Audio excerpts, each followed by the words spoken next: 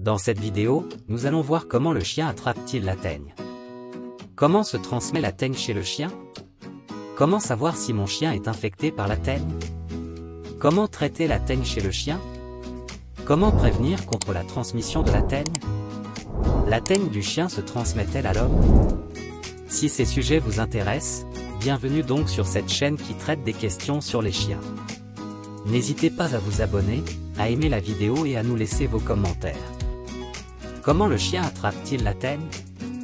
La teigne est une maladie fongique très contagieuse de la peau engendrée par un champignon, vivant dans les poils et les follicules pileux des chiens. Elle est due à des champignons qui se nourrissent de kératine et se développent dans les poils, les squames, les griffes, les cils et la couche cornée.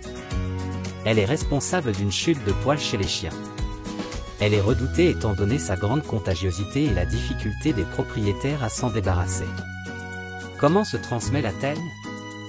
La teigne est transmise directement entre les chiens ou indirectement par le contact de surface ou d'objets contaminés par les poils, de la poussière ou des dépôts de peau morte de chiens.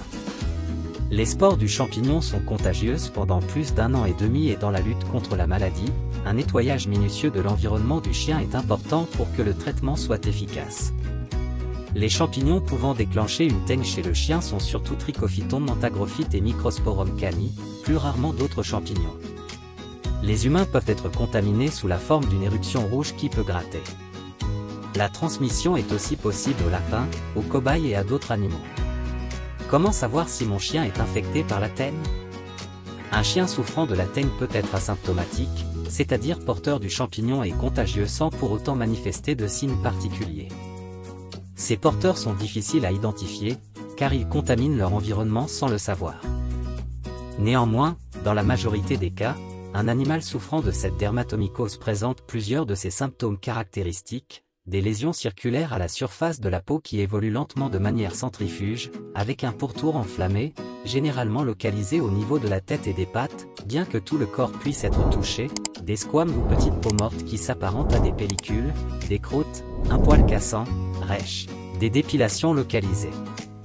Au niveau des zones touchées, des dépilations plus diffuses, zones moins touffues que d'autres, notamment chez les chiens à poils longs, une pelade ou alopécie massive chez certaines races à poils courts, un chérion, qui est une lésion inflammatoire, généralement douloureuse, purulente et accompagnée d'une sueur abondante, une atteinte des griffes. Au moindre symptôme douteux, il est impératif de consulter le vétérinaire sans attendre, car la teigne est très contagieuse. Une prise en charge rapide est nécessaire pour en venir à bout le plus tôt possible. Comment traiter la teigne chez le chien? Une infection par une teigne guérit toute seule après environ 3 mois. Il n'est pas toujours nécessaire de traiter les chiens adultes et en bonne santé et qui ne constituent pas un risque de contagion pour d'autres animaux. Dans la grande majorité des cas, le chien est traité pour ne pas contaminer les humains. Le traitement est complété par un nettoyage minutieux et une désinfection pour éviter une réinfection. La teigne du chien se traite avec un médicament fongistatique, un fongicide, un produit contre le mycélium, sous forme de cachet par voie orale et normalement un shampoing médical. Le traitement médical est efficace contre la teigne, mais le résultat dépend de l'élimination de l'infection dans l'environnement du chien. Prévention contre la transmission de la teigne.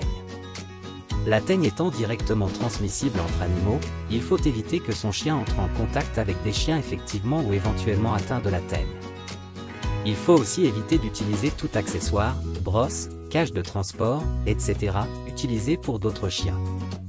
S'il n'est pas possible de l'éviter, l'équipement doit être méticuleusement nettoyé et désinfecté. La teigne du chien se transmet-elle à l'homme? Si votre chien est traité contre la teigne, lavez-vous bien les mains après l'avoir caressé pendant toute la durée du traitement car la teigne est aussi une maladie humaine, ou zoonose. Les enfants et les femmes sont d'ailleurs plus souvent victimes que les hommes de cette affection. Il en est de même pour la teigne transmise par les chats. Le risque de zoonose est très élevé lorsque le chien malade est un Yorkshire Terrier. Si la vidéo vous a plu, merci d'aimer, de laisser un commentaire ou de vous abonner pour ne rien rater.